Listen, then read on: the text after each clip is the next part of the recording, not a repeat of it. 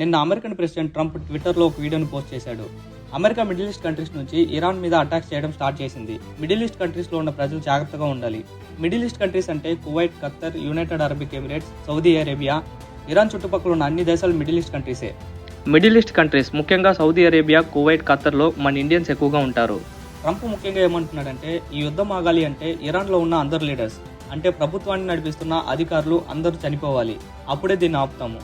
Next కొన్ని రోజుల్లో America అంటే ఏమిటో, అమెరికా అంటే ఎంత పెద్ద కంట్రీయో, మా దగ్గర ఎంత పవర్ ఉందో ఇరాన్లో జరిపే అటాక్స్ చూసి తెలుసుకుంటారని ప్రపంచానికి ఒక వార్నింగ్ లాగా ఆ వీడియోని పోస్ట్ చేశాడు. అది వార్నింగ్ కూడా కాదు, ఒక అనౌన్స్మెంట్ లాగా. ఈ వీడియో ట్విట్టర్లో పోస్ట్ చేసిన తర్వాత ఇరాన్ మీద దాడులు చేయడం స్టార్ట్ చేశారు. అక్కడ సుప్రీం లీడర్ ఖమేనీ కూడా ఈ అమెరికా జరిపిన దాడుల్లో చనిపోయాడని వార్తలు వచ్చాయి. ఈ రెండు కంట్రీస్ మధ్య ఏం జరిగింది? అమెరికా ఏమో ఎక్కడ ఉంటుంది, ఇరాన్ ఏమో ఎక్కడ ఉంటుంది? అసలు యుద్ధం ఎందుకు స్టార్ట్ అయింది వీళ్ళిద్దరి మధ్య? ఇరాన్ లీడర్ని చంపేశారు అనే దాంట్లో నిజమెంత ఉంది? జస్ట్ 6 నిమిషాల్లో ఈ వీడియోలో తెలుసుకుందాం. ఇప్పటిదాకా నా ఎక్స్ప్లెనేషన్ నచ్చితే సబ్స్క్రైబ్ చేసి సపోర్ట్ చేయండి. ఒక 50-60 సంవత్సరాల ముందుకు వెళ్తే అప్పటిదాకా అమెరికా, ఇరాన్ మంచి ఫ్రెండ్లీ కంట్రీస్. 1950 నుంచి 70 వరకు ఇరాన్ రాజు షా మొహమ్మద్ రాజా అమెరికాతో క్లోజ్ ఫ్రెండ్షిప్ని మెయింటైన్ చేసేవాడు. అప్పుడు అమెరికా కూడా ఇరాన్కి ఆయుధాలు, డబ్బు, టెక్నాలజీలో హెల్ప్ చేసేది. 1979లో ఇరాన్లో పెద్ద విప్లవం స్టార్ట్ అయింది. ప్రజలు షా పాలనకు వ్యతిరేకంగా తిరుగుబాటు చేశారు. ఈ విప్లవానికి అయతుల్లా ఖమేనీ అనే ఒక వ్యక్తి నాయకత్వం వహించాడు. అప్పటిదాకా షా మొహమ్మద్ రాజా లీడర్షిప్లో ఉన్న ఇరాన్ అతన్ని దింపి అయతుల్లా ఖమేనీ లీడర్ అయ్యాడు.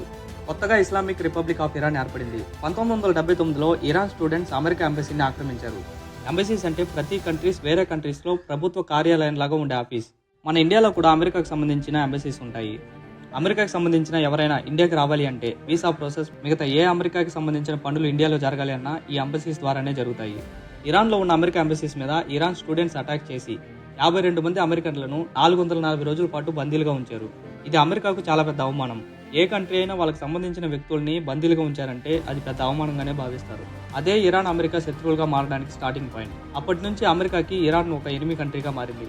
ఇరాన్ న్యూక్లియర్ వెపన్స్ ని తయారు చేయడం స్టార్ట్ చేసింది. ఒకవేళ ఇరాన్ న్యూక్లియర్ వెపన్ కనుక తయారు చేసిందంటే అమెరికా ఖచ్చితంగా ఇరాన్కి భయపడాలి. ఎందుకంటే ఒక న్యూక్లియర్ వెపన్ కనుక వాడితే కనీసం 1 లక్ష మంది ప్రాణాలు కోల్పోతారు. అక్కడ ఒక చెట్టు మొలవడానికి కనీసం 100 సంవత్సరాలు పడుతుంది. ఆ రేడియేషన్ వల్ల, ఆ గాలి పీల్చడం వల్ల ఆ చుట్టుపక్కల అందరికీ చాలా భయంకరమైన వ్యాధులు వస్తాయి.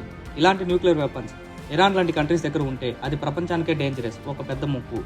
అంతేకాదు, ఇప్పుడు కనుక వాళ్ళు న్యూక్లియర్ వెపన్స్ తయారు చేశారంటే అమెరికా ఏం చేసినా భయపడరు. అమెరికా వాళ్ళు ఏం చేయాలి అన్నా కూడా వాళ్ళు ఎక్కడ న్యూక్లియర్ వెపన్స్ వాడతారనే భయం ఉంటుంది. ఇరాన్ న్యూక్లియర్ వెపన్స్ ప్రాజెక్ట్ని ఒక కొండ కింద తయారు చేస్తూ అది ఒక ఎలక్ట్రిక్ సంబంధించిన ప్లాంట్ని కూడా చెప్పారు. కానీ అమెరికా అది న్యూక్లియర్ వెపన్ ప్రాజెక్ట్ అని కనిపెట్టి ఆ కొండని మిసైల్స్తో పేల్చేసింది. అమెరికా టార్గెట్ ఇరాన్, కానీ మిడిల్ ఈస్ట్ కంట్రీస్ దీంట్లో ఎందుకు ఇన్వాల్వ్ అయ్యాయి? అమెరికాకి ఇరాన్కి 11,650 కిలోమీటర్ డిస్టెన్స్ ఉంది. అమెరికా నుంచి ఇరాన్కి మిసైల్స్ ఆపరేట్ చేసి వేయడం చాలా కష్టం. అమెరికాకి సంబంధించిన war bases, navy bases middle east కంట్రీస్లో ఉన్నాయి. ఖత్తర్, యుఏఈ, కువైట్ ఇలాంటి దేశాల్లో. అమెరికా ఈ కంట్రీస్లో ఉన్న వాళ్ళ వార్ బేసెస్ నుంచి ఇరాన్ మీద దాడులు జరుపుతాయి. ఇరాన్ కూడా ఇన్ రిటర్న్ ఖత్తర్, కువైట్, యుఏఈలో ఉన్న అమెరికా బేసెస్ మీద దాడులు జరుపుతాయి. ఇప్పుడు ఈ వార్ అనేది ఒక అమెరికా, ఇరాన్కి సంబంధించింది కాదు. మిడిల్ ఈస్ట్ కంట్రీస్ అమెరికా ఒకవైపు, ఇరాన్ ఒకవైపు. ఆల్రెడీ ఇరాన్, ఇరాక్కి ఎప్పటి నుంచో గొడవలు ఉన్నాయి. మన ఇండియా, పాకిస్తాన్ లాగా పక్కపక్కన కంట్రీస్ అవి. అమెరికాతో ఎప్పటి నుంచో శత్రుత్వం ఉంది. నిన్న ట్రంప్ ట్విట్టర్లో ఆ పోస్ట్ చేసిన తర్వాత ఇరాన్ మీద మిసైల్స్ యూజ్ చేసి అటాక్ చేయడం స్టార్ట్ చేశారు. ఫిబ్రవరి 28, 2026 శనివారం అమెరికా జరిపిన దాడుల్లో ఇరాన్ సుప్రీం లీడర్ ఖమేనీ చనిపోయాడు. ఆపరేషన్ ఎపిక్ ఫ్యూరీ అనే పేరుతో ఈ దాడులు జరిపి ఇరాన్ లీడర్ని చంపేశారు. ట్విస్ట్ ఏమిటంటే ఇరాన్ ప్రజలు కూడా ఈ గవర్నమెంట్ దిగిపోవాలని వాళ్ళ దేశంలో స్ట్రైక్ చేశారు, ట్రంప్కి సపోర్ట్ చేశారు. ఇప్పుడు ఖమేనీ మృతికి సరైన సమాధానం చెప్పకుండా వదిలిపెట్టమని ఇరాన్ కేబినెట్ చెబుతుంది. ఇరాన్కి సంబంధించిన రెవల్యూషనరీ గార్డ్స్ ఖమేనీకి సంతానం తెలిపి దీనికి బాధ్యత అయిన వారి మీద చరిత్రలో ఎప్పుడు చూడని దాడులు జరుపుతామని వార్నింగ్ కూడా ఇస్తున్నారు. అమెరికా బేసెస్ లక్ష్యంగా పెద్ద ఆపరేషన్ స్టార్ట్ చేశామని అక్కడ మీడియాలో కూడా చెబుతున్నారు. ఖమేనీ చనిపోయిన తర్వాత అక్కడ మాజీ రక్షణ మంత్రి అయిన అహ్మద్ వహీదాకి ప్రస్తుతం బాధ్యతలు ఇచ్చినట్టు తెలుస్తుంది. ఈ యుద్ధం వల్ల మిగతా దేశాలకి, మన ఇండియాకి ఏంటి నష్టం? స్టాక్ మార్కెట్స్ క్రాష్ అయ్యే ఛాన్స్ ఉంది. దీంట్లో ఒక గుడ్ థింగ్ ఏమైనా ఉంది అంటే వీకెండ్ డేస్లో వార్ జరగడం. శని, ఆదివారాలు మార్కెట్స్ లేవు. అదే ఏ వర్కింగ్ డేలోనూ వార్ జరిగి ఉంటే లక్షలాది మంది డబ్బులు అలాగా ఆవిరైపోయి గాల్లో కలిసిపోయాయి.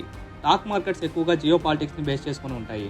ఎక్కడ వారం న్యూస్ వచ్చినా కూడా స్టాక్ మార్కెట్స్ గొప్ప కోల్పోతాయి. మండే మార్కెట్స్ ఓపెన్ అయ్యేటప్పుడు కూడా డౌన్ ట్రెండ్లోనే ఉంటాయి.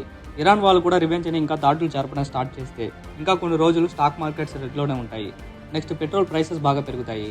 అటు సైడ్ నుంచి వచ్చే క్రూడ్ ఆయిల్స్, మిగతా ఎక్స్పోర్ట్స్ అన్ని ఇరాన్ దగ్గర ఉన్న తీర ప్రాంతం నుంచే రావాలి. ఈ యుద్ధం ఆగనంత వరకు ఏ ఎక్స్పోర్ట్స్ జరగవు. సో ఆటోమేటిక్గా క్రూడ్ ఆయిల్ ప్రైసెస్ పెరుగుతాయి. క్రూడ్ ఆయిల్ ప్రైసెస్ పెరిగితే పెట్రోల్ ప్రైస్ కూడా పెరుగుతుంది. ఇంకా ఫ్లైట్ జర్నీస్, చాలా ఫ్లైట్ జర్నీస్ నిన్న ట్రంప్ అనౌన్స్మెంట్ రాగానే క్యాన్సిల్ అయ్యాయి. కొన్ని అటు సైడ్ వెళ్ళే ఫ్లైట్స్ రిటర్న్ అయ్యి మళ్ళీ ఇండియాకే వచ్చేసాయి. అక్కడ నుంచి వచ్చే వాళ్ళకి కానీ ఇక్కడ నుంచి వెళ్ళే వాళ్ళకి కానీ కొన్ని రోజులు ఇబ్బందులు తప్పవు.